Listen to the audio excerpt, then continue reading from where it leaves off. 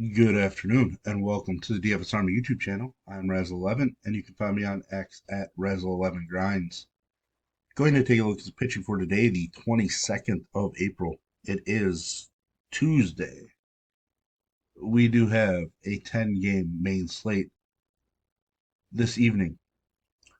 Reminder, this is a first look at the pitching options for the slate, and I will be looking at DraftKings as that is where a majority of my action is. If you do play on FanDuel, I would cut my pool into a half, as you do not have to be as creative. Pricing isn't quite as tight. It allows you to get the stacks you want with an upper tier-ish pitcher on that particular slate. So let's just jump right in. Actually, first, apologize for not getting a video out yesterday. Uh, Sunday night, I was hit with a temperature of 104. Been battling through it. Wanted to jump on yesterday and celebrate the GPPW that we had Sunday night, Sunday afternoon. Thanks to a guy that I talked about pivoting off of, one of the higher priced guys, because we knew Luzardo and Scuball were going to be popular. Um, Kept Luzardo, pivoted off of Scuball for Max Fried. Was in my GPP winner. Obviously, wasn't the highest scoring pitcher, but did manage to make it into this GPP winner in the $8 rally cap. Pretty solid performance from the one team. Most of my teams in this were not all that strong, but thankfully got one home on the Sunday slate. But that brings us to today, Tuesday, our 10 gamer. We're missing a pitcher because Atlanta had to put Strider on the IL. I'm seeing rumors of Nathan Wiles making the start potentially. He's not in the player pool. The guy that's made 3 starts in the minors this season, allowed just 1 run in 14 innings so far with 15 strikeouts. Minor league career, not all that strong of a strikeout guy, so um, nothing too special, across 339 minor league innings, but still a guy that's having a strong beginning to his season. With that said, he is a fly ball pitcher, from what I can see, at least so far this season. So it might help us as far as figuring out what bats we might want to use from St. Louis. But this is a pitching video, so let's just jump right in to what we have going on. We'll kind of go game by game here. Philadelphia and the Mets. It's a game I'm interested in from a pitching standpoint. I don't believe there was any weather issues here.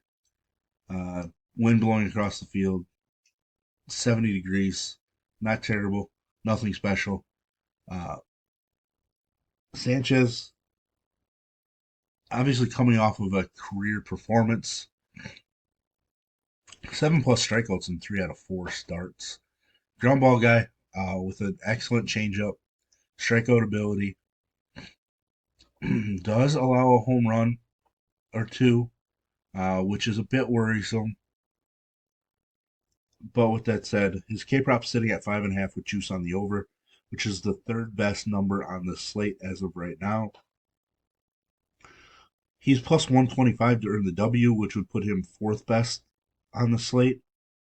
Uh, the Phillies are minus 135 favorites. Game total of 8 with juice on the under, which I believe puts it at the second lowest total on the slate as well. So I think Sanchez is definitely in play, and we just saw Miguel dominate against the Phillies lineup and rack up strikeouts. Canning coming off of a strong performance where he had 8 strikeouts against a team that wasn't necessarily striking out all that much. I think Canning's going to have to be in play on this particular slate, um, especially because when you look at all the pitching options we do have, it is a pretty weak pitching slate, which is a little frustrating considering about how strong some of these pitching slates have been recently. But now we're kind of getting into the odd matchups, so to speak. I'm not going to be interested in any pitching here in St. Louis and Atlanta. Payante, uh, just not going to go there. Dodgers and the Cubs, super interesting. Wind is blowing out to center field slightly at 8 miles an hour. There is some rain in the area, but It's not expected to be a huge factor. We get two pitchers that to me are very interesting, just based on what they are as a pitcher. Dustin May, strong ground ball rates. Strikeouts were there last time out, but that was against Colorado, a team that's striking out more than anybody in baseball now. But I do think these guys are in play. Uh, a lot of their props are off the board, but both have K props of 4.5. Mays is actually on the under. Imanaga is on the over. The Dodgers are minus 122 favorites. And despite the wind blowing out, the game total is just 8.5. Uh, so the Vegas numbers, or DK numbers, I guess technically, don't really think the wind is going to have a ton to say. It maybe is adding a half a run or so to the total. Juice is on the over, but still. I think both pitchers are viable. Just because, like, we've seen the Dodgers have some struggles. Uh, Imanaga's faced them once already this year. That obviously came in Japan. Control issues, but still was solid. 21 plus in three out of his last four starts. If he would could have got the W, if I could speak, the last time out, it would have pushed him over 25 fantasy points. I would have put him at 24 plus in two out of his last three. I think he's definitely valuable for us. Not somebody I want to go super heavy on, but still, I think he's in play. We currently have him projected at under 8% owned. Not a bad spot to maybe get 12 to 15%, be a little over the field, and not be overexposed from your end. White Sox Twins, I'm just never really using Davis Martin.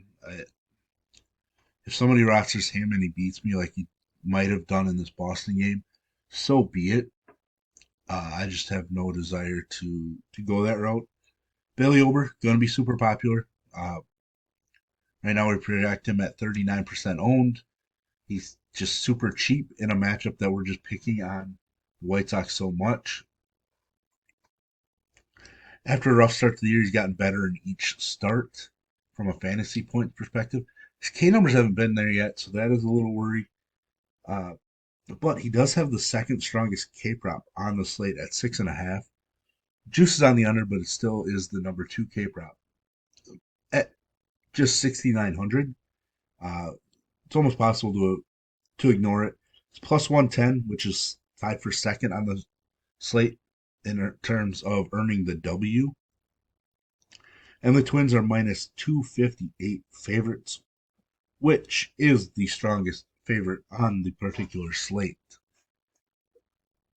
So, based on the performances this year, obviously his point per game and overall numbers are kind of skewed based on this first start of the year.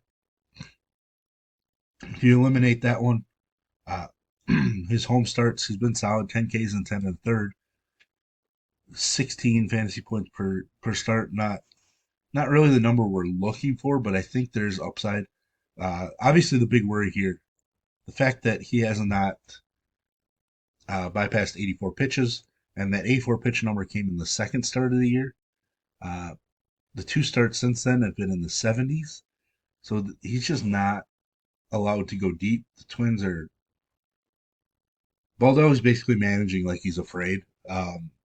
You have to be able to let your starting pitchers work deeper, especially with a bullpen that's not reliable, and they keep relying on the bullpen. So at some point, I expect Bailey Ober to throw in the 90s and even maybe get approach 100 pitches, but will it be today? I'm not really sure. Kansas City game, Bubik, the other chalk on the slate, over 34% owned. Just a great matchup against a team that's striking out more than anybody in baseball right now. I wasn't a believer in his first two starts. I didn't think that was the type of pitcher he is. He's come down to earth a little bit the last two. Obviously, you can say, well, at Cleveland this year, I think that at Cleveland matchup is weak enough that he should have done a little better. But obviously, at the Yankees, very difficult matchup. He has allowed just one home run on the season, but his walks are there. Strikeouts have come down a little bit. With that said, an extra day of rest going into a matchup with a team that strikes out a ton. I understand him being popular. He has the highest K prop on the slate at 7.5, which shoots on the under. Kansas City is a minus 238 favorite. He is plus 110 to earn the W, tied with Bailey Ober for the second best on the slate in terms of those odds. Toronto and Houston, we saw both pitchers start out really strongly last night. Gausman struggled late. Hunter Brown just dominated the entire time. These two guys, I want to see more of their props. Most of them are off the board. All I know is that Toronto was a minus 118 favorite.